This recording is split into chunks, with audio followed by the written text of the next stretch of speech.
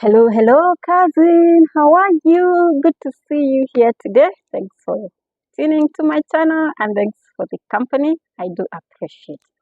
If it is the first time that you are seeing my face, and sure it is not the last time, kindly subscribe and also press the notification button to be informed of when we release another video. So today I want to do a book review. There's someone who told me the other day that it's like I stopped reading books, and it's like I'm not updating. Reading books is my life. It is unlikely that I will ever go for more than 2 weeks without having a book that I'm reading, a book that I'm reviewing, or a book that I'm looking into, apart from when I'm writing my book. But during other times, I tend to read a lot.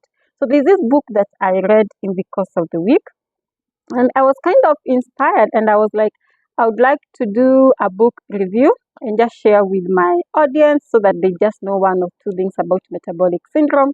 And the book is called Open Heart. It is written by a medical doctor known as Dr. Akil Taher. So Daktari is of South Asian origin. He comes from India. So he studied his medicine, and then he went to practice in the Middle East for some time. Then in his early 40s, I think age 40 or 41, Dr. Tahir relocated to the US. And as you know, when you go to work to the US, if you are not trained in the US, you have to join their residency program. Residency program means that in his early 40s, he went back to class with the young doctors. And then it was also difficult and challenging for him to get a job. So now from his early age in the early 40s, Dr. gives us his story of how up to around 50s, late 50s, 58, 56 there, he lived a normal life. He was not obese. He was a doctor, so he knew everything that he needed to know to take care of his health. He was not this guy who was going overboard, but he got a cardiovascular event. And after the cardiovascular event, then he got another attack, and he went, and it was a whole case of bypass surgeries, a whole list of stents, and all those cardiovascular kind of interventions when the heart is not functioning. And then in his early 60s, around 61, he decided to change his life because this was an evidence of metabolic syndrome. And maybe for someone who doesn't understand what is metabolic syndrome are the diseases that come to your body as a result of lifestyle conditions or the way you live your life. It could be that you live a very high stress life.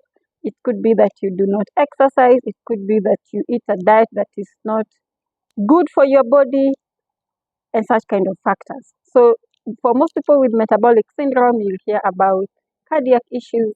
There'll be cases with diabetes. There'll be cases with high blood pressure. And there'll be dyslipidemia. For some, there will be Alzheimer's or dementia. For others, you'll hear about PCOS. Recently, I noticed they are including cancer in the list of metabolic syndrome. And yes, so those are the most common indicators of a metabolic syndrome. Now, for most people with metabolic syndrome, it tends to catch up with them in later ages, from early 50s. And this is what happened to Dr. Tahir.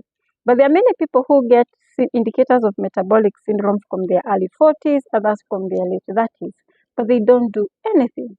Or when you talk to them and you're discussing lifestyle changes, it becomes very difficult for them. And this is the reason that inspired me to do this book review. How long have I stayed without doing a book review? I think it must be more than 1 year. Yeah? And I decided to do this book review because it's the first time where I'm reading a book and the doctor is just talking about his journey. In fact, when you read the cover, he's not telling you about how to reverse metabolic syndrome. He's not telling you about how to the ABCDs that you need to do. He's mentioning them in the later chapters, but the book is about his journey. The book is about him changing his belief systems. The book is about his story of how he changed his personality. The book is about what he did to adopt an active lifestyle. And this is why I decided to do this review, because many times when we have diabetes patients and we have high blood pressure patients and we are discussing about change of lifestyle, some things appear so difficult. Or some tell you, oh, I just retired, I'm 65. I'm soon retiring, I'm 60. Oh, I've had this for so long. Let me tell you 5 key things that I picked from this book. Number one was change of his personality. We have some personalities. When you read pathology books and all these medical books, they call them type A personality. An aggressive personality, the personality that it is either my way or the highway, that personality that is near perfection and you rub, and everyone who doesn't toe in line, gets it hard, something like that, yeah? So what this guy says is that he had a type A personality. And with his type A personality, he says it is what made him get cardiac issues. He says, he gives us an example like of one time when he was going to, when he had just come from a speaking engagement, and the police in the US stopped him because he was over speeding. And he tells us how rude he was. He was like, he just gave them his license and they're like, you can do anything that you want and then release me. Don't waste my time. He says about how he used to compete with other doctors. He says how for him it was so important to work with pharmaceutical companies, and he quotes the name of Pfizer. Anyone who has an experience in the pharmaceutical industry knows Pfizer is a giant. They pay well. And Dr. is telling us that almost all his career in the US, he wanted to be a speaker who is appointed by Pfizer to talk to other doctors. And it was not just about speaking engagements, but about how much money he would be paid and ensure that nobody else is paid more than him. He was that competitive in the kind of the way he used to do his life. And he tells us how when he looked back, he discovered that his personality was the one contributing to his sicknesses and his illnesses. And Daktari takes us through a journey of how he changed his personality. He stopped being a competitive doctor. He started being a doctor who makes an impact. He stopped being a doctor who can only work with Pfizer and the giant pharmaceuticals. He started working with even the small companies as long as he was adding value to the medical community. And so for someone who is having metabolic syndrome because of being always aggressive, being always on the highway, or it is either your way or the highway, being a very competitive person, Dr. was able to change his personality in his 60s. So it doesn't, this is something that everybody can do. Okay. Now, the other journey that he takes us is about his sedentary lifestyle. There's a place where he's joking and he says when it came to exercise, the only part of his body that used to exercise were his eyes. And they were his eyes when they are watching the TV, or his finger muscles when they are using the remote control. Yeah? He said he was very good at exercising his eye muscles, but very poor at exercising any other part of his body. Okay? Would you believe it that Daktari learned how to exercise, practiced how to exercise, that he became a marathoner? He started by running a half marathon, and then he went into running a full marathon in Chicago. Daktari became such an athletic person that he adopted hiking as a hobby. That he started hiking, and to a point that he even hiked Mount Kilimanjaro. In fact, the part that I really enjoyed about reading this book is when Daktari is taking us through his journey of hiking Mount Kilimanjaro. How good it made him feel about himself. How the experiences were new. How his wife commented when she came so that they can do a holiday. But it's a whole part. I think that part is the one that takes a lot of weight in chapter 3 and chapter 4. Him taking us through his hiking experiences and his running of marathon. And what age was he running marathons? He was running marathons in his 60s. He was hiking mountains in his early 70s. Okay. At some point in the book, he tells us that the life he has lived in his 40s is better than the life he is living in his 70s. He's in 70s now. Is better than the life that he lived in his 40s. So for that person who has been living a sedentary lifestyle all your life, and you do not exercise, you do not move your body, and you are thinking that it is not possible to change your lifestyle, I would encourage you to just buy this book and walk through the journey with this Daktari. And you will discover that the hardest thing is the one that you have never done.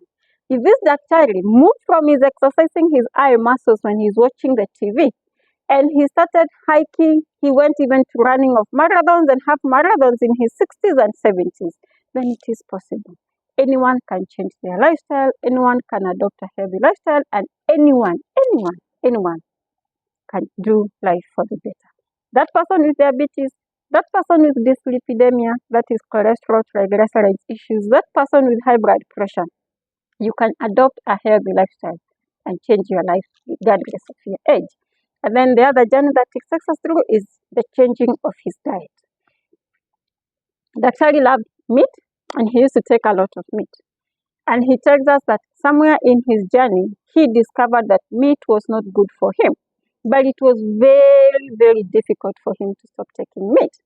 He continues to tell us his journey in life and he tells us how heavy carbohydrate diet he took. But it was difficult for him to change his diet.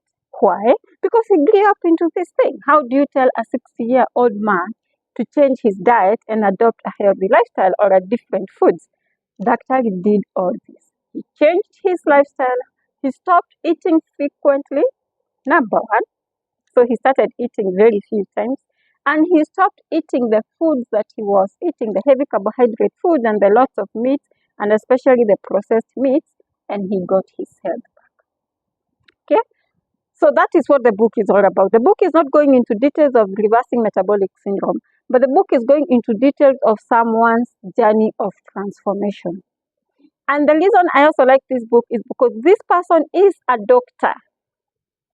That means from when he was 25 years to 40, moving to the US up to his late 50s to being diagnosed with metabolic syndrome, he knew. Okay? He had done scientific knowledge, but what he lacked were the actions. So he is vulnerable enough to tell us mortals who are not doctors that even doctors are human beings and that even doctors go through the same phases that we go through. The difference between him and somebody else is that he took life into his hands. He became responsible for his choices, the choices that he had made all his life, and something good came out of it. So for that person who has been obese all her life, for this person who has lived with diabetes, for this person who has lived with high blood pressure, pick something from this book. Get to know that you can change your lifestyle at any age and things become different for you. Okay? The other thing that I liked about this book, apart from giving his journey of transformation, he's vulnerable enough to discuss his weaknesses. By the way, he doesn't appear like this person who is a know-it-all. Yeah? He's vulnerable enough to admit his inadequacies and where he has made mistakes. Okay? So if you're in a journey of weight loss, you've been obese all your life, you're in a journey of weight loss, you're in a journey of reversing a metabolic syndrome, I'll encourage you to read Open Heart. Read Open Heart, get to hear his inspiration, and also know that you can rewrite your story. So what didn't I like about the book? The many things that I think it's only one thing that I didn't like about the book. In the introductory chapters, there is a lot of I, which anything, that's also what we expect because it's a book about his transformational journey.